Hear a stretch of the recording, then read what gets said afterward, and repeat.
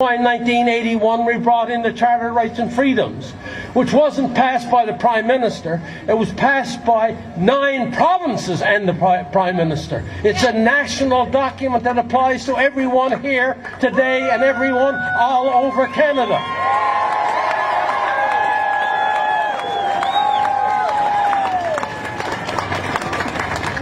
So understand, except for the creation of the country in 1867, the Charter of Rights and Freedoms is by far the most important document in the history of our country, since we were a country. It is the most important one because it applies to you and me equally. Yes. Every individual on this planet is unique. Like every snowflake is unique, every individual is unique. And therefore, when you get a document which says that I have these freedoms and I have these rights, that means every single one of us, from Defino to Iqaluit to Bonavista to the Niagara Peninsula, every Canadian is equal and has equal rights before the law. Section 2 of the Charter of Rights and Freedoms, what does it say? It says you have freedom of expression, you have freedom of conscience, you have freedom of religion, you have freedom of expression, and you have freedom of the press. What else does it say? It says you have freedom to associate. You have freedom to assemble.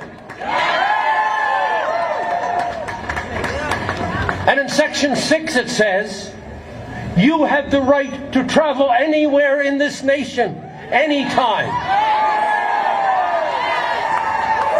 And you even have the freedom to leave this country if you so want. But most importantly for a lot of people who now see this, it also says in Section 6, you have the right to pursue a livelihood anywhere in this country.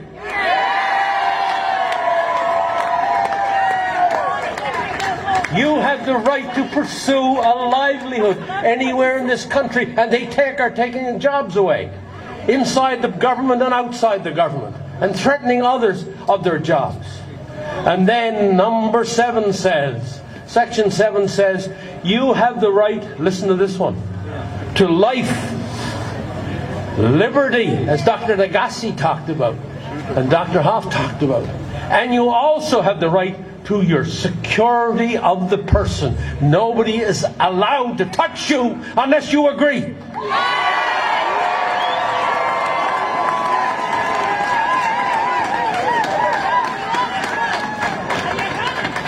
And then Section 15 says, to top it all off, we weren't satisfied with those 3. We topped it off by saying every person in Canada is equal before the law. You're just as equal as Justin Trudeau. You're just as equal as John Horgan. You're just as equal as Adrian Dix. And by damn, you're really just as equal as Bonnie Henry.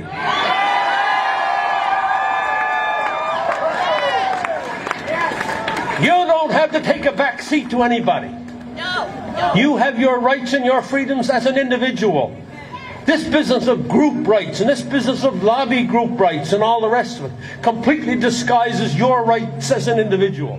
And we've got to be very careful going forward that we don't lose these rights to these groups, that they take over and dominate the government of British Columbia or the government of any province. You must remain steadfast that as an individual you come first.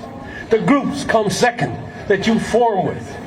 And that's very important for any democracy anywhere in the world. When the individual gets submerged by a group or something else, that's the beginning of the decline of our democracy.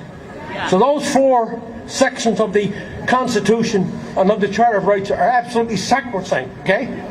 And then we've got people out there who are trying to say to me and to others, I don't know if they think we don't know the difference, that somehow Section 1 of the Constitution, I know it's cool, I know it's getting evening, but you got to listen to this. Somehow that Section 1 forgives the government. And that they can go ahead and override those other 4 sections I just mentioned. I got news for them.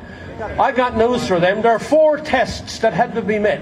Well, first of all, that Section 1 doesn't even apply to our circumstance. Because when we wrote that section, The whole idea was this, that the only way you could override these sacrosanct rights and freedoms of individuals, which, if there was a dire situation in the country like war or insurrection, a virus from which 99% recover, is no war and no insurrection.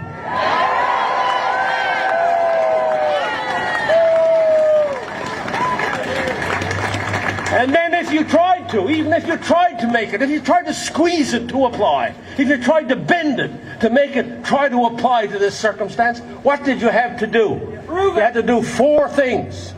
You had to do 4 things. Number 1, justify? No, that wasn't heavy enough. Demonstrably justify what you're doing. Demonstrably justify what you're doing, okay? Okay, is that all? No. You have to demonstrably justify that by law. Yes. That meant a new law, not the existing laws that they're using. New circumstance means new law. Where's the new law? They never went to the Parliament. They never went to the provincial assemblies to get a new law. They tried to use the existing law. They skirted around the Charter of Rights and Freedoms by law. Number 3, using reasonable limits. And number 4, you had to do all of those other 3, but remember, it had to be done in a way that was consistent with a free and democratic society. What they're doing is not consistent with any free or democratic society. It's more consistent with a totalitarian society. So don't be fooled by those who try to tell you that somehow you can skirt around the Charter of Rights and Freedoms. I was there, I helped write the damn thing, and they're wrong, and we're right.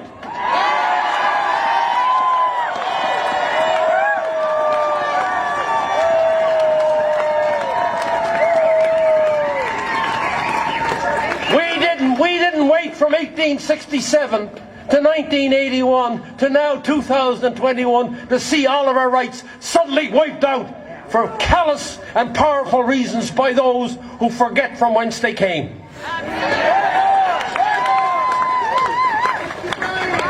Ours is a country worth fighting for. Listen to me, I was 7 years old before I became a Canadian. I wasn't born a Canadian, but I can tell you right now, I'm a Canadian now, and I want to defend what we've had and what we know we can continue to have in this country.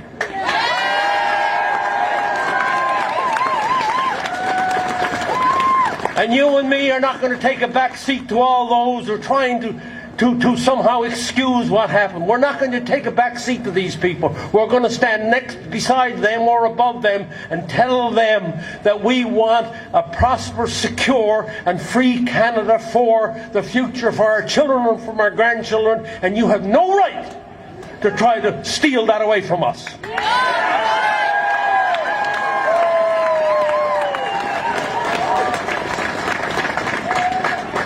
From Tofino to Iqaluit to Bonavista to Niagara Peninsula, we must become united as Canadians, as free Canadians, understanding our history, understanding the history of our planet, and put that all in context for tomorrow, so that we can be a proud, free country in the northern part of North America. We're not going away, Mr. Horgan. We're not going away, Mr. Trudeau. We're going to stand and be counted, and to make sure that we restore the Charter of Rights and Freedoms, which everybody fought so hard to get. Stay around. Thank you for coming.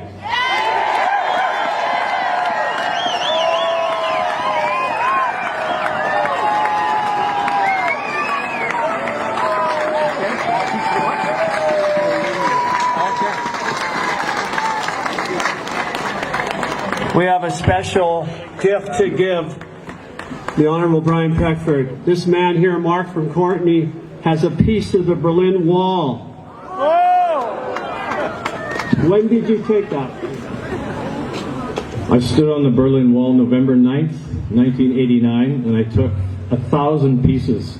And I've got one here for the Honourable Brian Peckford, and I wish to present it to him. This is all unprepared, but I would like to present it to you for all the work you've done. And I took this off the Berlin Wall. I stood with 20,000 people with a sledgehammer in one hand and a freedom sickle in the other. And we're here to bring down this invisible Berlin Wall that's